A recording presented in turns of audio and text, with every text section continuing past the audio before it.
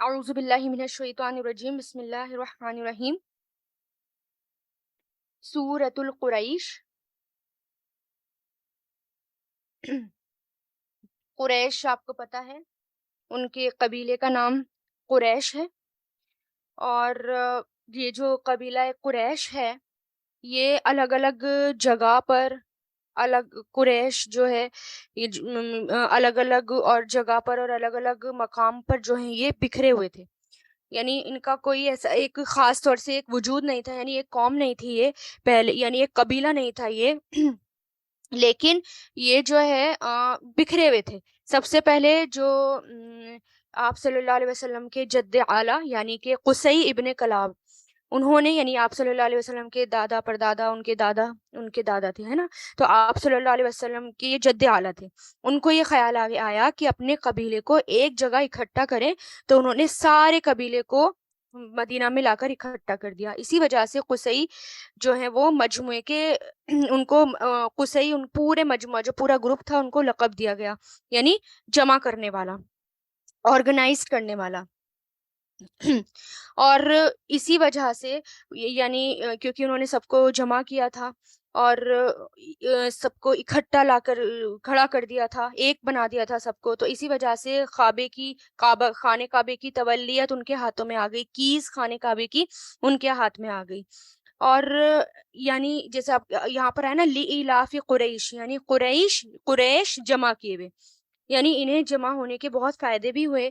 ان میں جو ہے بزنس کا اور تجارت کا بہت زیادہ شوق ابھرا اور تجارتی قافلے ان کے جو ہے سردیوں میں اور گرمیوں میں الگ الگ علاقوں میں جانے لگے, جس کا ذکر جو ہے اس آیت میں ہے. یعنی وہ مل کر سوچتے تھے اور مل کر وہ کام کرتے تھے, اور ان کے پاس جو ہے دین بھی تھا اور دنیا بھی تھی اور شان بھی تھی, کیونکہ خانے کے متولی تھے. یہ پورے عرب میں ان کا ایک نام تھا کیونکہ یہ بہت معزز تھے اور ان کے قافلے کہیں سے بھی گزرتے تھے تو ان کو کوئی بھی نقصان نہیں پہنچاتا تھا. جبکہ آپ دیکھیں عرب میں جو ہے لوٹ مار عام تھی, اور عرب میں جو ہے جو بھی قافلہ گزرتا تھا ان کو لوٹ لیا جاتا تھا, اور کوئی یا کسی کو قتل کر دیا جاتا تھا, لڑائی جھگڑے رہتے تھے. لیکن یہ جو ہے بڑے امن سے تھے, بڑے سکون سے تھے یہ, اتنے بد امنیوں میں بھی. اور سردیوں میں یمن کی طرف بزنس کرنے یعنی تجارت کی قافلے لے کے جاتے تھے, اور جو کہ گرم علاقہ تھا. گرمیوں میں شام کی طرف جو کہ ٹھنڈا علاقہ تھا. کہتے ہیں کہ سال کی ایک ٹرپ لگا کر اتنا کچھ جمع کر لیتے تھے کہ باقی سال آرام کرتے تھے, شعر و شاعری وغیرہ کرتے تھے. ان لوگوں نے عبادت کے من گھڑت طریقے بھی نکال لیے دھیرے دھیرے. انہوں نے پولیٹیکل اور سیاسی قسم کا مذہب بھی ایجاد کر لیا. الگ الگ قبیلوں کے لوگ حج کرنے آتے تو وہ کیا کرتے, یعنی اب کیونکہ ان کے پاس خانے کعبے کی کیز تھی, متولی بھی تھے, تو وہ جو الگ الگ قبیلے کے لوگ آتے سمبل کے طور پر اپنا بت خانے کعبے میں رکھوا کر چلے جاتے, اور کہ ہم آپ کے تابع ہیں, یعنی ہم آپ کے انڈر ہیں, ایسا بولتے تھے لوگ.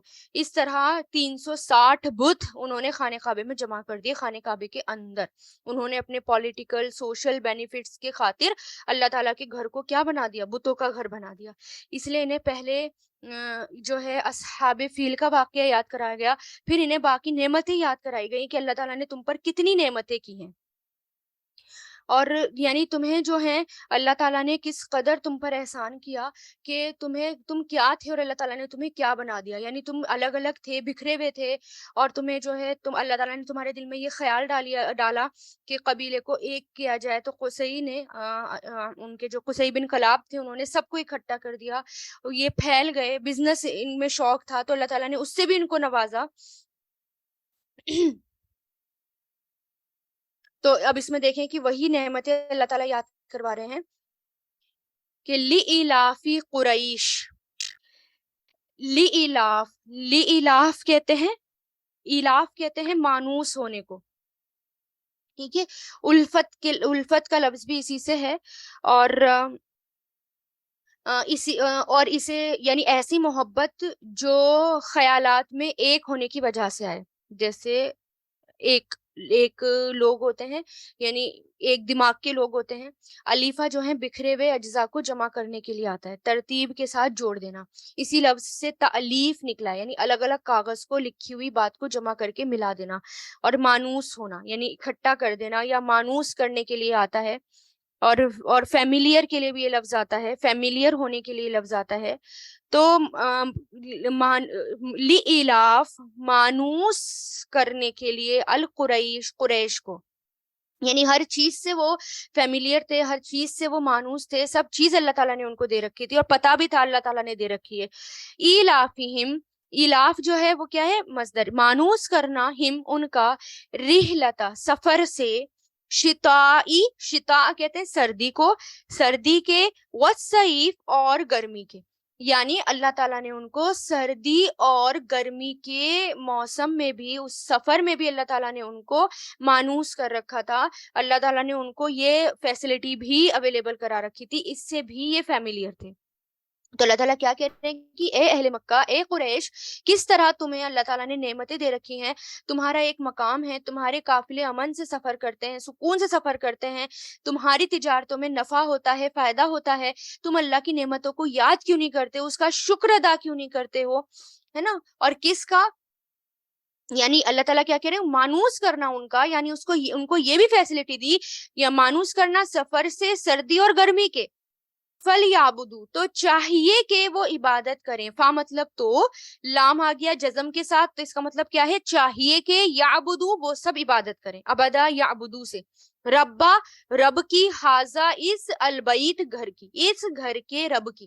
یعنی اللہ تعالیٰ نے تمہیں اتنی نعمتیں دی، تم تجارت کے لیے سفر کرتے ہو، ایک جگہ سے دوسری جگہ جاتے ہو، گرمی ہوتی ہے تو سردی کے علاقے میں، سردی ہوتی ہے تو گرمی کے علاقے میں، تو تمہیں اس کا شکر ادا کرنا چاہیے. تمہیں اس گھر کی عبادت نہیں، بلکہ تمہیں تو اس گھر کے رب کی عبادت کرنی چاہیے. تم کیوں رسول اللہ کو اللہ تعالیٰ کا رسول نہیں مانتے ہو؟ تم کیوں اللہ تعالیٰ کی عبادت نہیں کرتے؟ تم تو اس گھر کی عبادت کرتے ہو، جبکہ تمہیں اس گھر کے رب کی عبادت کرنی چاہیے.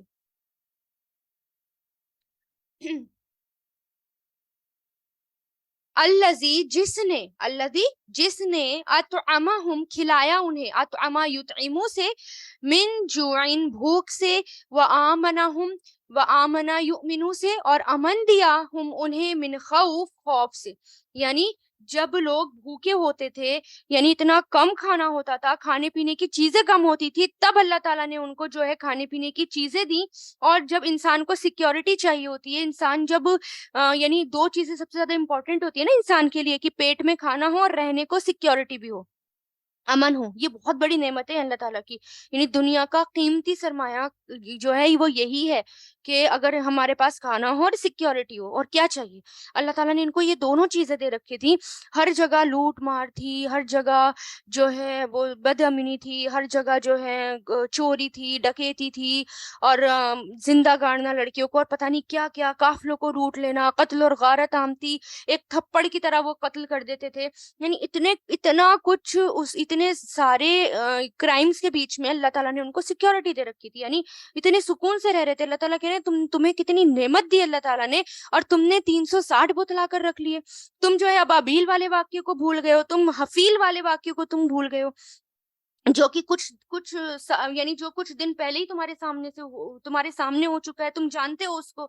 اور پھر بھی تم نے کیا کرا؟ بتوں کو لا کر رکھ لیا، عبادت کے نئے نئے طریقے بنا لیے، ہے نا. اور آپ صلی اللہ علیہ وسلم نے فرمایا اللہ تعالیٰ سے عافیت کا سوال کرو، کیونکہ عافیت ضروری ہوتی ہے نا. اللہ تعالیٰ کو انسان کو امن چاہیے ہوتا ہے، تو امن مانگنا بھی چاہیے. رسول اللہ نے فرمایا اللہ تعالیٰ سے عافیت کا سوال کرو، کیونکہ کسی انسان کو عافیت سے بڑھ کر کوئی نعمت نہیں دی گئی. عافیت کیا ہے؟ کہ اللہ کسی مصیبت میں نہ ڈالے، کسی آزمائش میں نہ ڈالنا، کسی بیماری میں نہ ڈالنا، اولاد کی طرف سے کوئی دکھ نہ دینا، آخری عمر اچھی کر دینا، ایمان پر خاتمہ کرنا، ہر شر سے ہمیں بچا کر رکھنا. یہ عافیت ہے جو رسول اللہ صبح اور شام مانگا کرتے تھے نا. اللہم انی اسألوک العافیت فی الدنیا والآخرہ، اللہم انی اسألوک العفو والعافیت فی دینی والدنیا واہلی ومالی، اللہم استر عوراتی وآمن روآتی، اللہم احفظنی من بین یدی ومن خلفی وعن یمینی وعن شمالی ومن فوقی واعوذ بعظمتک ان اغتال من تحتی. بہت خوبصورت دعا ہے، ہر طرف سے اللہ تعالیٰ سے عافیت مانگی گئی ہے. اور پھر آپ دیکھیں کہ جو قریش ہیں، قریش کی فضیلت بھی اللہ تعالیٰ اس صورت میں بتا رہے ہیں. جیسے کہ آپ صلی اللہ علیہ وسلم نے فرمایا اللہ تعالیٰ نے ابراہیم کی اولاد میں سے اسماعیل علیہ السلام کا انتخاب فرمایا، یعنی ان کو چوز کیا. پھر اسماعیل کی اولاد میں سے بنو کنانہ کو چنا. ان کو منتخب کیا اور بنو کنانہ کی نسل سے قریش کو چنا، پھر قریش میں سے بنو ہاشم کا انتقام یعنی ان کو چنا، اور بنو ہاشم میں سے میرا انتخاب کیا یعنی مجھے چنا۔ یعنی قریش کے اس انتخاب یعنی اس کو چوز کرنا، اس کی وجہ کیا تھی کہ اس قبیلے کے لوگ خاص صفت ان کو دی ہوئی تھی، اللہ تعالیٰ نے خاص امتیاز کے لوگ تھے وہ، خاص لوگ تھے وہ۔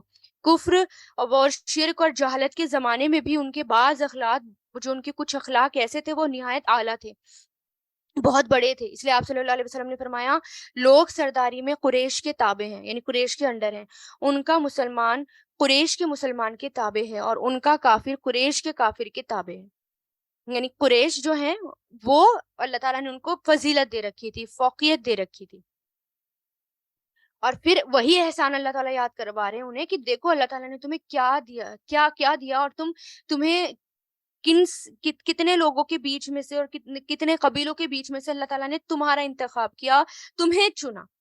تو تمہیں بھی کیا کرنا چاہیے، اس کے شکر میں اللہ تعالیٰ کی عبادت کرنی چاہیے، اس گھر کے رب کی عبادت کرنی چاہیے۔ تو اس سے ہمیں کیا پتہ چلتا ہے اس سورہ سے، کہ جب ہم اللہ تعالیٰ کی نعمت کا شکر گزار ہمیں کیسے ہونا چاہیے، کہ ہم جو ہیں اللہ تعالیٰ کی عبادت کریں، اور جیسے اللہ تعالیٰ نے کہا ہے ویسے عبادت کی جائے، قرآن کے اکارڈنگ عمل کیا جائے، وہی اللہ تعالیٰ کا شکر ادا کرنا ہے۔